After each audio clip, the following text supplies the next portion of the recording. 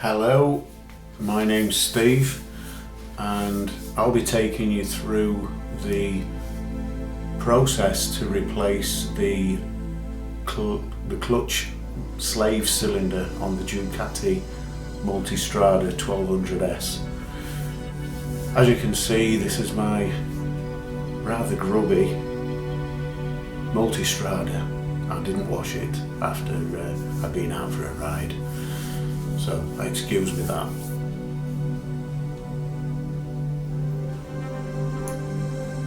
I will be replacing the standard Ducati slave cylinder with this. This is an Oberon slave cylinder, which is reputed to be much more reliable and increase the feel of the clutch. As you can see, CLU-0116 is the part number.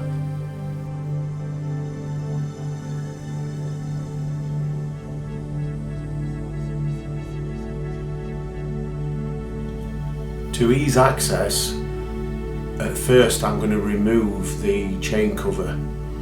So there are two bolts for this, and they are both going to be undone by using a 4mm Allen key. The original Ducati bolts are steel pan heads. I will be replacing these with stainless steel cheese heads, which are much more reliable, and with them being stainless steel they obviously look better and they won't corrode as much.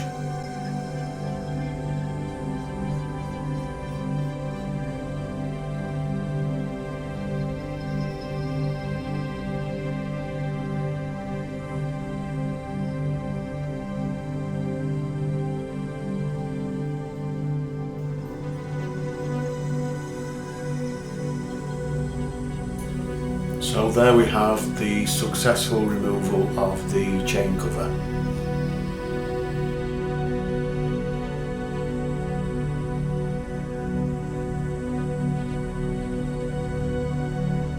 Now I'm going to focus on the removal of the slave cylinder itself. This is done using a 5mm Allen key. Prior to actually undoing this, one word of recommendation is to just crack the hydraulic coupling where the banjo is using a 12mm open-ended spanner. I didn't do this, and much to my annoyance.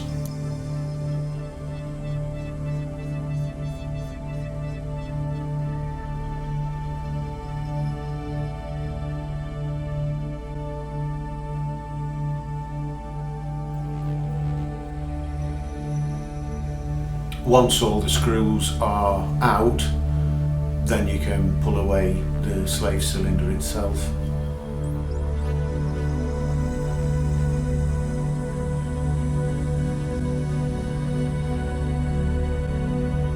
All around this area there is chain oil and all sorts of residue, so I'm just going to clean it using my old faithful, the WD-40, and a brush and a cloth.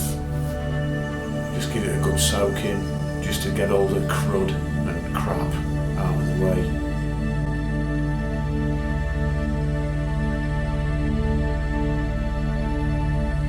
Now what you'll see me doing, I'll be cutting the cable ties which secure the Scott oiler pipe and it's the stand peg electrical wire, and they are both joined to the hydraulic pipe, so I'm cutting those free. Then I will be giving it again another thoroughly good clean around that area.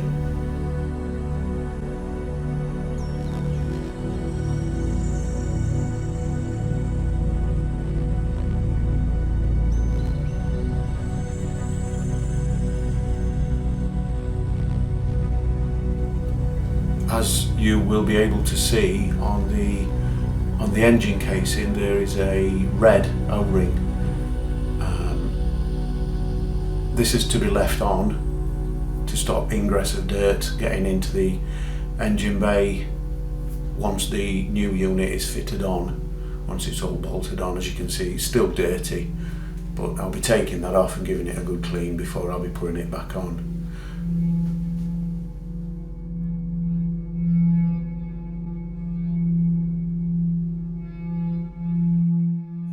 These are the spares that are supplied with the Oberon kit. As you can see, I've removed the coupling to allow the banjo to basically drain the system, because I'll be replacing all of the hydraulic oil within the clutch system.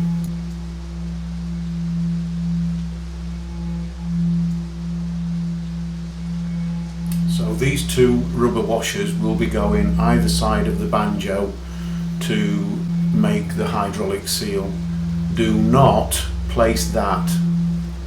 That's a little spacer that goes into the clutch cylinder. Don't put it in. That's for pre-2000 models. If you put it in, it's extremely difficult to get it back out. Guess how I know? And they also supply these 3 stainless bolts, the cheese head bolts.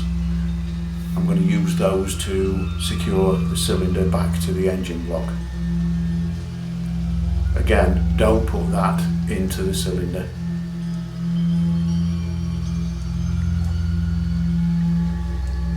And put those on in place of the copper ones that you've just taken off. So slide the rubber sealed washer onto the coupling, put it over the banjo as so, and then put another one on the bottom.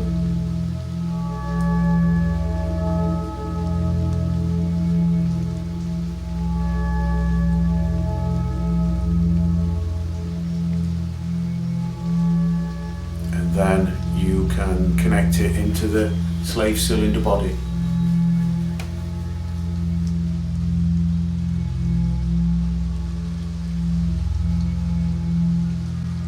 We can then offer up the slave cylinder body to the engine block, like so.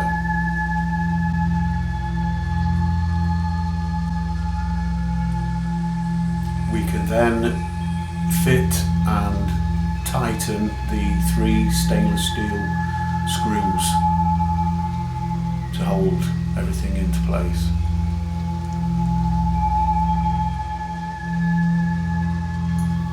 At this point, you also use the 12mm open-ended spanner to tighten up the coupling around the banjo. One thing a few of you might have noticed, the eagle-eyed amongst you will have seen that I've undone the gear change mechanism. I've done that primarily so that you can get the chain guard in place easier. Obviously, once that's in place, then I'll be reconnecting the gear change mechanism.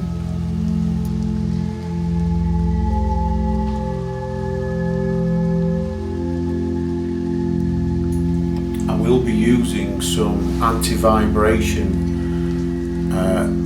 glue, in effect, to stop the gear change mechanism screw from vibrating loose.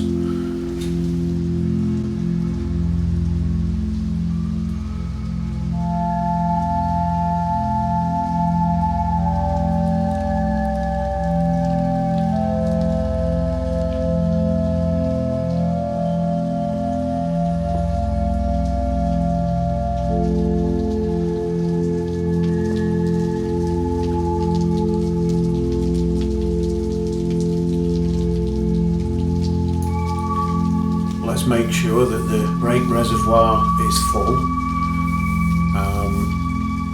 and then allow that to flow down into the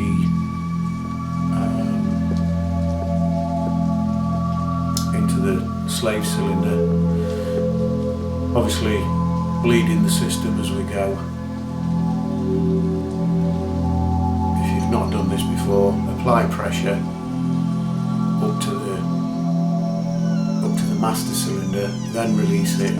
This this allows the fluid to drain down into the slave cylinder. Be careful not to get this hydraulic oil, I think it's .4, onto the paintwork. I've protected the paintwork underneath.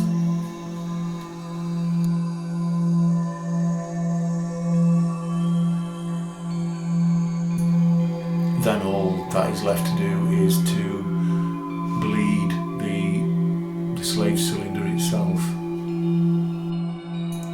This is done in exactly the same way.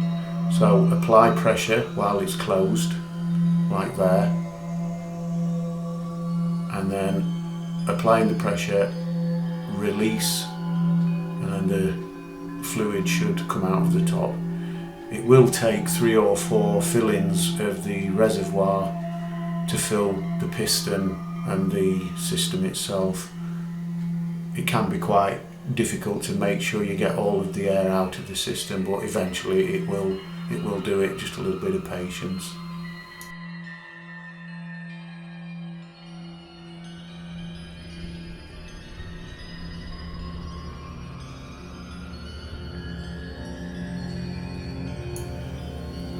Constantly make sure that the clutch reservoir is topped up.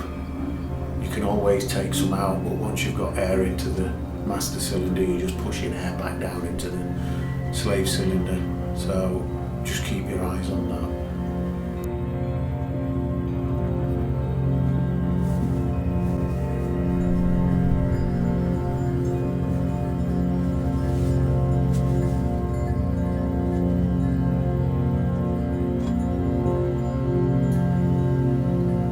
This is where I'm actually bleeding the slave cylinder again.